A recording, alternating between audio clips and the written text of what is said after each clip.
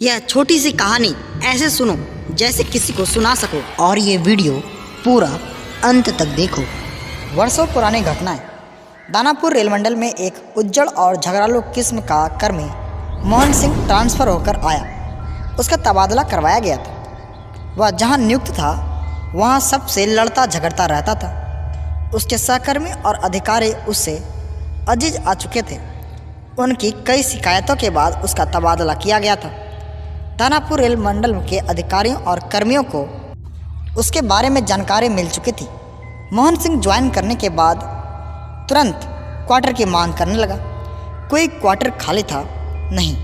एक क्वार्टर था जो बुतहा माना जाता था, इसलिए कई वर्षों से बंद पड़ा था। रेल मंडल के अधिकारियों ने उसे वही क्वार्टर आवंटित किया।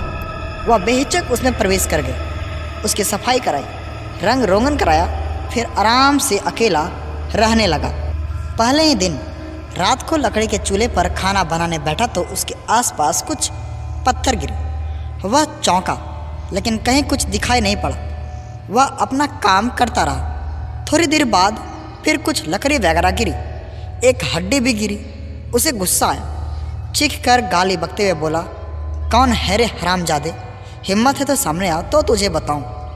तभी ऊपर से एक आदमी का कटा हुआ सिर गिरा। मोहन ने उसे पकड़ा और चूल्हे में झोंक दिया। बोला, अब आ साले।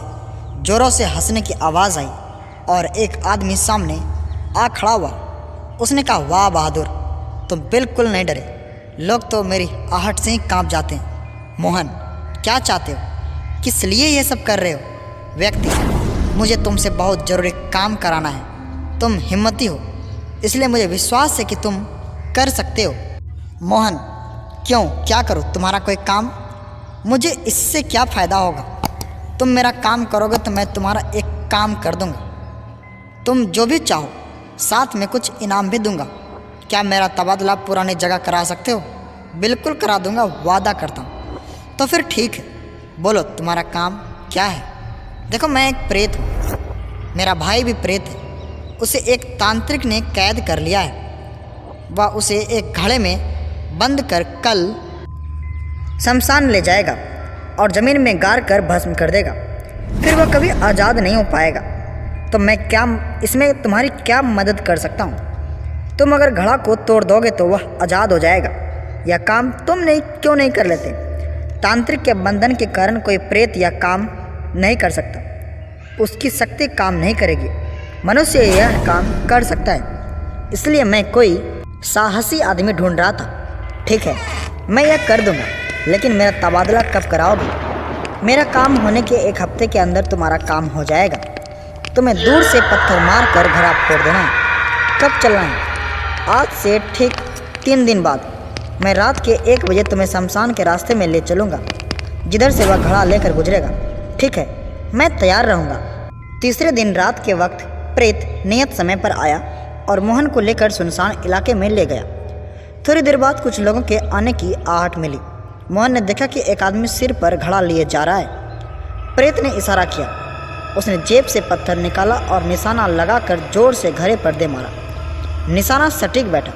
घड़ा फूट गया। जोड़ों के अट्टहास के साथ एक रोशनी सी उड़ती हुई हवा में विलीन हो गई।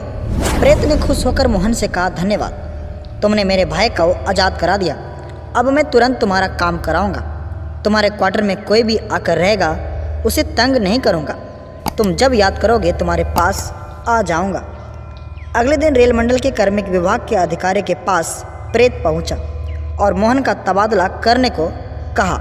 अधिकारी ने आनाकानी की और पूछा कि तुम कौन हो? तुम्हारी पैरवी मैं क्यों सुनूं? प्रेत ने कहा कि सोच विचार कर लीजिए, मैं फिर मिलूंगा। इसके बाद वह गायब हो गया। अधिकारी हैरान रह गया कि अचानक गायब कैसे हो गया। उसी रात अधिकारी जब अपने क्वार्टर में सोया हुआ था तो प्रेत ने उसे झकझोर कर उठाया। वह भौंचक रह गया। प्रेत, तुम्हारे घर के दरवाजे खिड़कियाँ सब बंद हैं, फिर भी मैं अंदर आ गया।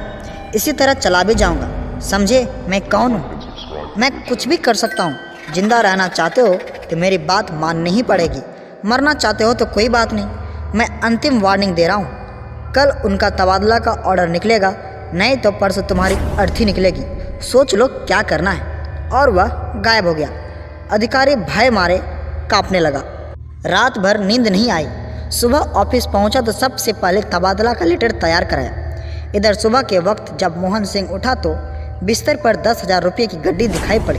वह समझ गया कि यह उसका इनाम है। ऑफिस पहुंचा तो पता चला कि उसका तबादला आदेश निकल चुका है। वह अब वापस धनबाद रेल मंडल भेजा जा रहा है। ऐसे ही वीडियोस देखने के लिए चैनल को सब्सक्राइब करके बेल आइकन जरूर दबाएं।